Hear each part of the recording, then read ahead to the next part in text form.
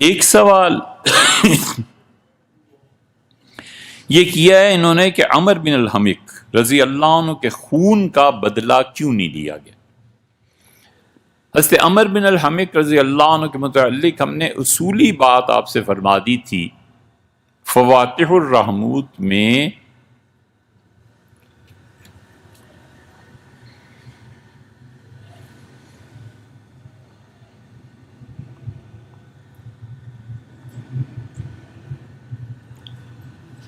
فواتح الرحموت میں بحر العلوم رحمۃ اللہ علیہ نے بڑی صراحت سے یہ جملے لکھے۔ بحر العلوم جو تھے یہ علم کے بادشاہ تھے، سمندر تھے علم کا۔ اللہ جانے ایسے لوگ کیسے ہوتے ہوں گے، تاریخ، حدیث، فقہ، جیومیٹری، الجبرا، یہ جتنے علوم جو کہو سو اس کا جواب سنا۔ ایسے لگتا تھا ایسے بس ساری زندگی یہی پڑھتے رہے اور کچھ پڑھا نہیں، اور پھر جب دوسرے علم میں سبحان اللہ، اتنے گہرے سمندر تھے جو جتنا تیرا ہے بس اس کی خبر دیتا ہے، کون ان شخصیات کا احاطہ کر سکتا ہے؟ تو بحر العلوم رحمۃ اللہ علیہ نے لکھا ہے بڑی صراحت سے، انہوں نے کہا سیدنا عثمان رضی اللہ عنہ کی شہادت میں رسول اللہ صلی اللہ علیہ وسلم کا کوئی صحابی شامل نہیں تھا، بس کہتے ہیں کوئی صحابی رضی اللہ عنہ شامل نہیں تھا۔ دو آدمیوں کے نام آتے ہیں، ایک محمد بن ابو بکر کا اور ایک عمر بن الحمق رضی اللہ عنہ۔ عمر بن الحمق رضی اللہ عنہ کے متعلق کہتے ہیں کہ انہوں نے حضرت عثمان رضی اللہ عنہ کو شہید کیا تھا،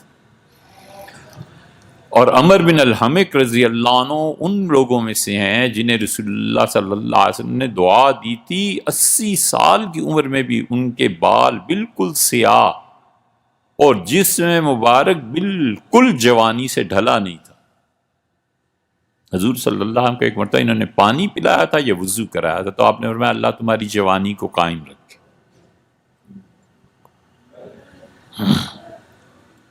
یہ اس دعا کا اثر تھا۔ جہاں تک محمد بن ابو بکر رضی اللہ عنہ کا تعلق ہے، دونوں طرف معاملہ ہے۔ محمد بن ابو بکر سیدنا علی رضی اللہ عنہ کے بیٹے ہیں، سوتیلے، اور محمد بن ابو بکر جتنی خدا کی عبادت کرتے تھے، سیدنا علی رضی اللہ عنہ کو رشک آتا تھا، کہتے تھے اس کی عبادت دیکھو۔ اور ابو بکر رضی اللہ عنہ تو حقیقی بیٹے ہیں، ان کی والدہ کی تیسری شادی سیدنا علی رضی اللہ عنہ سے ہو گئی تھی۔ ادھر اس طرف بھی ہیں، اس طرف وہ گئے ضرور تھے۔ سیدنا عثمان رضی اللہ عنہ جب دیکھا محمد بن ابو بکر آئے ہیں میرے خلاف، تو فرمایا تمہارا باپ اگر دیکھ لیتا نا ابو بکر تو پھر وہ شرم کے مارے اٹھ کے چلے گئے، وہ نہیں شریک ہوئے، شرم آئی اس۔ محمد بن ابو بکر رضی اللہ عنہ صحابی کیسے تھے بھائی؟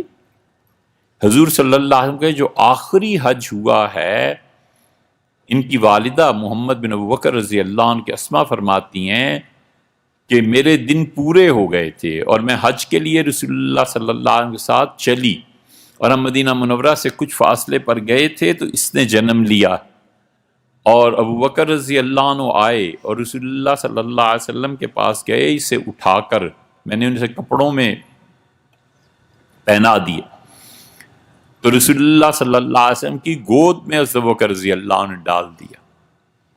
تو رسول اللہ صلی اللہ علیہ وسلم نے فرمایا کیا؟ انہوں نے کہا میرا بیٹا ہوا ہے۔ تو حضور صلی اللہ علیہ وسلم بہت خوش ہوئے، فرمایا سموہ باسمی، اس کا نام، انہوں نے کہا اللہ کے رسول آپ تجویز کریں، فرمایا میرا نام رکھو، اس کا نام، اپنا نام عنایت فرمایا۔ یہ ہوتا تھا ہمارے ہاں، کوئی تہذیب پروان چڑھی ہو تو کچھ ہوتا ہو نا، ہمارے ہاں کب تہذیبیں آئی ہیں؟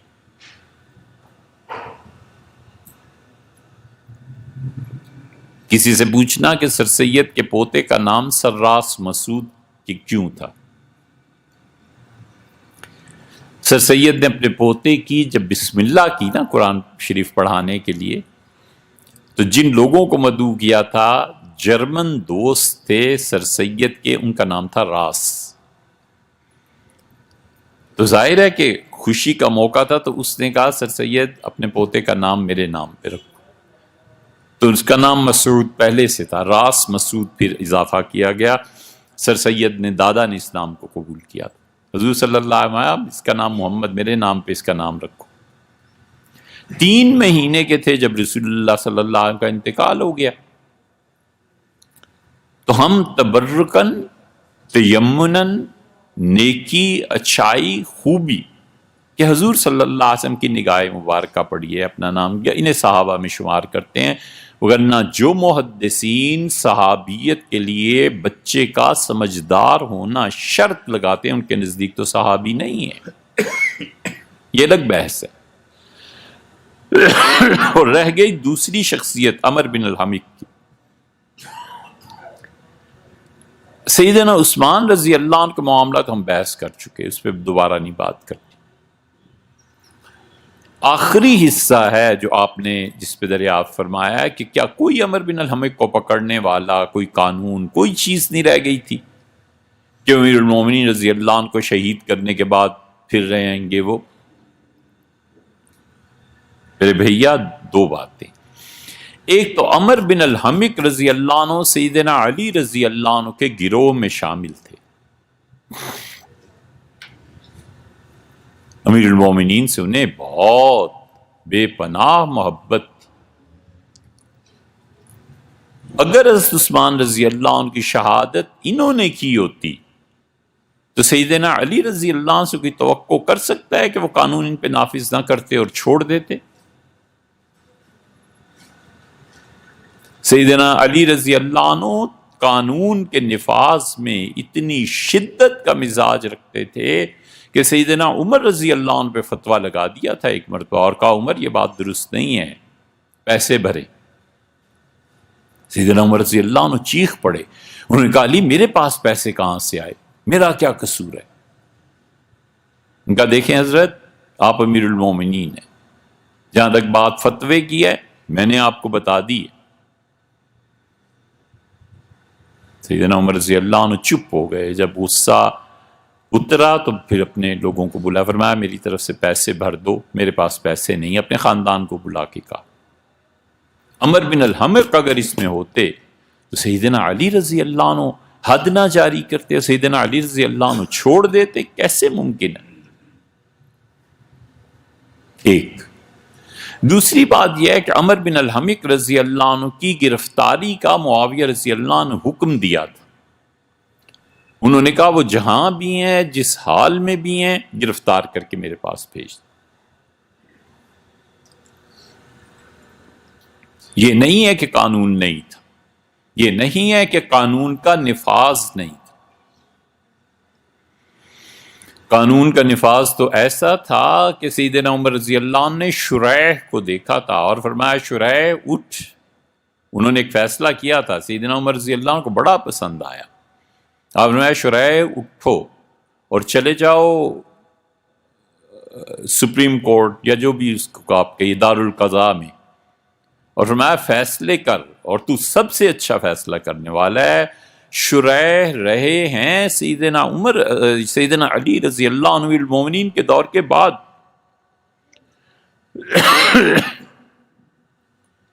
اور شریح نے فیصلہ کیا ہے سیدنا علی رضی اللہ عنہ کے خلاف، اور علی اتنے بڑے جج اور فیصلہ کرنے والے تھے کہ رسول اللہ صلی اللہ علیہ وسلم کے پاس ایک کیس آیا تھا قتل کا، یمن میں ایک آدمی کنویں پہ کھڑا تھا اور شیر پیچھے اس کے بھاگا تو وہ کنویں میں کود گیا، اسے بچاتے ہوئے دوسرا آدمی، پھر تیسرا، پھر چوتھا۔ مسئلہ یہ پیش آ گیا کہ دیت کتنی ہوگی، کس کی کتنی ہوگی۔ سیدنا علی رضی اللہ عنہ یمن کے حکمران تھے، رسول اللہ صلی اللہ علیہ وسلم نے نجرانیوں سے، عیسائیوں سے معاہدہ فرمانے کے بعد یمن کو 5 حصوں میں تقسیم کر دیا تھا، ایک جگہ ابو سفیان رضی اللہ عنہ کو گورنر لگایا تھا، ایک جگہ سیدنا علی رضی اللہ عنہ کو، ایک جگہ معاذ رضی اللہ عنہ کو، باقی بھی۔ سیدنا علی رضی اللہ عنہ نے فیصلہ کیا ہے، ان کے فیصلوں پہ بہت اعتراضات، بہت زیادہ۔ یمنی تلے ہوئے تھے کہ رسول اللہ صلی اللہ علیہ وسلم سے سیدنا علی رضی اللہ عنہ کو سزا دلوائیں گے۔ ایک لڑکی کا مسئلہ تھا، سیدنا علی رضی اللہ عنہ سے اپنے لیے منتخب کر لیا۔ اگلے دن صبح وہ آئے ہیں نماز پڑھانے کے لیے، تو انہوں نے نہائے، غسل کیا۔ یمنیوں نے کہا اچھا یہ عیاشیاں ہیں، معاذ اللہ، استغفر اللہ۔ سیدنا علی رضی اللہ عنہ نے کہا شریعت کے قانون کے مطابق وہ میرے حصے میں آتی تھی، میں نے لے لی۔ یمنی سیدنا علی رضی اللہ عنہ کے قافلے میں آئے، حتیٰ کہ رسول اللہ صلی اللہ علیہ وسلم مقام ابراہیم پہ بیٹھے ہوئے تھے، اور یمنیوں نے آ کے شکایت کی۔ حضور صلی اللہ علیہ وسلم پوری گفتگو سنی، علی رضی اللہ عنہ کو بلایا، یمنیوں سے فرمایا علی جو کچھ کرے سو صحیح ہے، علی جو کرے سو حق۔ اس قتل کا کیس بھی پیش ہوا تو رسول اللہ صلی اللہ علیہ وسلم نے ساری چیزیں سنی ہے۔ سیدنا علی رضی اللہ عنہ کا، میں نے کہا پہلا اتنا دے، دوسرے کو اتنا، تیسرے کو اتنا، چوتھے کو اتنا، پورا حساب جب انہوں نے کر کے رسول اللہ صلی اللہ علیہ وسلم کو بتایا تو آپ بہت خوش ہوئے، اتنے ہنسے کہ داڑیں نظر آنے لگی، اور فرمایا بالکل ٹھیک ہے۔ تو عمر بن الحمق رضی اللہ عنہ کو سیدنا علی رضی اللہ عنہ حد نہ جائے، یار کیسے ممکن؟ اور دوسری بات معاویہ رضی اللہ عنہ کا کہ عمر جہاں کہیں جس حالت میں ہے میرے پاس لائی جائے۔ اب آگے بات کیا ہے؟ عمر بن الحمق رضی اللہ عنہ کسی وجہ سے ایک غار میں چلے گئے تھے، وہاں رات سوئے۔